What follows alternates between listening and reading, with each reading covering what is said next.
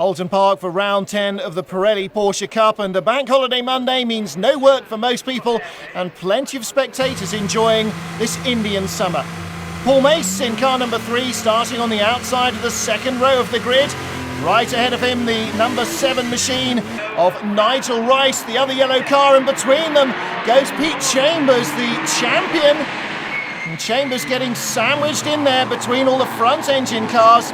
Also Chris Healy, car number 4, the white machine on the pit wall side, sandwiching Chambers there. So it's Mace that leads down the hill. Healy in second place, Rice in third, we ride with him. So Paul Mace from the outside of the second row got past that three-way sandwich and leads the front engine cars. Chambers in fourth, the red and silver machine. Then Paul Barrett and Tony Littlejohn, and this battle, Adrian Dixon, the pale blue nose, and Dave Bennett, the yellow car, chasing him.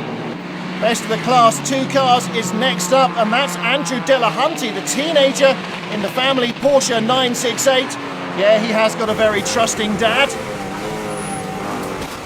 Through the Fulston chicane, riding the curbs and chasing the Class 1 cars, and the youngster on pole in that class. So Mace leads from Healy, Rice in third, Chambers fourth, Barrett right with them. Riding now with Nigel Rice in third place, Chris Healy right ahead. And the man they sandwiched on the run down to the first corner, Pete Chambers, is right behind. And Chambers always a threat, the reigning Porsche Pirelli Cup champion. Now Adrian Dixon latching onto the tail of Tony Littlejohn as Chris Healy looks for a way past Paul Mace. Looks one way, then the other, then back to the outside to defend his line through the corner from Nigel Rice. So he holds on, no change there. And further back, the Class 3 action continues. But it's going to be Healy from Rice. Rice trying to get past again for second place. Once more with Nigel Rice. Mace and Healy ahead of us. Right over the crest, down the hill. Mace on the brakes early, Healy right with him. Rice third, Chambers fourth, and Barrett with them in fifth place. Breaking away now from Littlejohn and Dixon, riding with Rice alongside Healy. Surely he's not going to try around the outside of Mace here. He won't get second either. On the brakes at Ireland, but Healy gets the lead. So Healy leads, Rice outside Mace. And there he's got Chambers and Barrett right with him as well. Chris Healy then leads for the first time. Paul Mace in second place. Oh dear, over the curbs fairly heftily there for Nigel Rice. Up the hill and accelerating on to the next chicane. This is the Knickerbrook chicane. And you can see Paul Mace holding the inside line there, watching his mirrors intently. Ahead of Nigel Rice, Chris Healy may use this as an opportunity to run away now.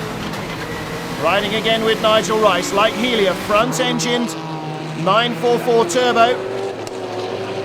There is Delahunty. The red windscreen strip on the car means it's a Class 2 car. The yellow windscreen strips and these mean they're Class 1 cars. They're the most powerful cars. Nigel Rice again trying to get past for second place. This time it's trying to pass Paul Mace. Chris Healy is easing away. Chris Healy down the hill. Don't worry too much about the smoke. His turbo always seems to do that. Having said that, he'll probably now expire, but he seems to be going comfortably enough at the moment. So with Nigel Rice for second place, Paul Mace right ahead of him. Right with him at Ireland. And Rice giving himself some breathing room there on the brakes earlier than Paul Mace. Didn't want to have to get out of the throttle on the run down to the Shell Oils hairpin. The silver car there of Paul Barrett in fifth place, chasing Pete Chambers. There is Chambers. Barrett right behind him, keeping him honest. So the leader breaking away, the next four all together. And quite some way back now to Tony Littlejohn, Adrian Dixon and Dave Bennett, the rest of the Class 1 cars. Pete Chambers just hasn't really been able to recapture the form he showed last year to clinch the title. Nigel Rice really coming on strong this season, trying to go past Paul Mace yet again. Mace has got every option covered. Rice looking one way then the other. Love to go to the inside here if he could, but he can't. Mace has got that one covered too, and Frustratingly, Chris Healy is still getting further away now, and they can all see that as they're bottled up behind Paul Mace. Mace has got no reason to let them pass, don't forget, he's not a back marker. This is for second place they're battling, and Mace doesn't want to lose that, even though he's now lost the lead. Healy eases away, Mace right with him is Nigel Rice, then Pete Chambers, and then Paul Barrett. Nigel Rice, I'm sure, getting increasingly frustrated at not being able to pass Paul Mace.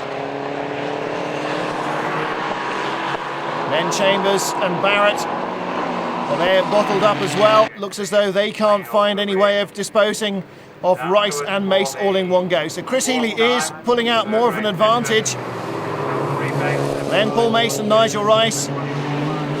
And then Chambers and Barrett. And Adrian Dixon now in 6th place ahead of Tony Littlejohn saw in the long shot. But this is Rice going for second around the outside of Mace. And he'll have the line into Druids. He's not going to have much track to play with, but he's got the inside line into the double right-hander at Druids. And he gets through. So, Nigel Rice in second now. Will he drive away from Paul Mace? He may well do. Chris Healy certainly did. Rice in second, Mace third, and there in 5th spot, Paul Barrett. Just hanging on to the back of this group, you sense. Looks as though they've got a little bit more speed perhaps than he has. 2nd, 3rd and 4th, Rice, Mace and Chambers. Now, what can Chambers do in the red and silver machine? Can he get past Paul Mace as well? Nigel Rice hasn't really been able to run away. Paul Mace is right with him, just a car length or two in it.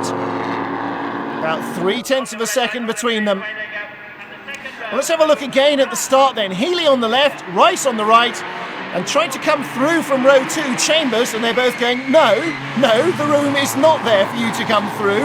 As a result, Paul Mace comes around the outside of the three of them, and he had the early lead. Mace now under pressure though from Pete Chambers. Chambers has got really bored and turned the headlights on full beam to either try and unsettle Mace or melt the paint on his rear bumper. Probably both. But Mace still holding on to that 3rd spot. Chambers was ahead of him in qualifying, so theoretically he should be able to get by, and once he has, should be able to go faster than Mace will allow him to at the moment. But at the moment he can't get by him. So Paul Mace driving a very good tactical race. Very opportunist at the start, saw his gap and went for it, and he's held everybody off as long as he possibly could, as is his right. No weaving, no door banging, just holding the inside line. Very defensive driving from Paul Mace, very intelligent racing, and bitterly frustrating for the others behind him. And Chambers really does want to get through, but at least he's dropped Paul Barrett off the back of this group behind. He doesn't have to look in his mirrors, he just concentrates on making Paul Mace make a mistake. Well, Mace is driving a very cool race indeed. So too, to be fair, is Pete Chambers, moving the car around, making sure those lights are glinting in the mirrors and trying to unsettle him. Healy and Rice 1st and 2nd. Mace 3rd, Chambers 4th. Pete Chambers only has a limited amount of time now to make a move. The clock is ticking on this race. There is the Class 3 leader, and that is Paul Martin. Right behind him is David Clark. And David Clark, oof, my goodness, really leaning on his tyres there at Old Hall. Tony Delahunty still leading his class in car number 50. That's the Class 2 leader. And he is chasing the Class 1 car of Tony Littlejohn. Littlejohn in a 944 turbo, like the race leaders. And Andrew Delahunty giving a very good account of himself in the less powerful 968. Right on Tony Littlejohn's heels. Through the Knickerbrook chicane, rides the curves well. Oh, he's very close. He's ideally poised for a run. He'll have to go around the outside. He gets the wave there. Did you see that? Littlejohn's hand out of the window in confirmation. So Delahunty knows he's been allowed around the outside. Just a quick glance in the mirror before he lined up for Druids to make sure he got space and wasn't going to knock Littlejohn off. Well, a very impressive race indeed from Andrew Delahunty. There is Adrian Greaves, and he's having a bit of a battle for position as well. And that is with number 16, Dave Bennett. Adrian Greaves, incidentally, 2 years ago, the Class 3 champion, moved up to Class 1 in 1999 and still battling. So Bennett there and Greaves squabbling for position. Next car up will be Delahunty, and the Class 2 leader already working his way into the Class 1 cars. I wonder if he'll catch them before the end of the race. Looks as though Little John's got a bit of a problem with his machine though. He really shouldn't be that far back. Well, here comes the race leader, Chris Healy. Behind him, Nigel Rice, the yellow machine. And they're in amongst the Class 3 cars, past the white car of Paul Martin. And then Mace and Chambers go past David Clark. David Clark in the pink and purple car didn't really have chance to get into the chicane when he'd been so gentlemanly to allow them past. Nearly lost it all himself. Chris Healy, though, romping away from the rest of the field. Nigel Rice in second place, unable to catch him. They've got another Class 2 car right ahead of them, but that shouldn't pose too much of a problem. And Chris Healy on his way to victory, to the checkered flag here, by nearly 3 seconds from Nigel Rice. It's victory for Chris Healy. 1-2 for front engine cars as Rice takes second. And Paul Mace does hold off Pete Chambers all the way to the line. Well, a good result from Paul Mace. Very defensive race from him. Bit frustrating for Chambers, but them's the brakes. That's motor racing. Andrew Delahunty, very impressive run indeed from the youngster. And he takes the Class 2 victory at Oulton Park. That's a very good race indeed from him.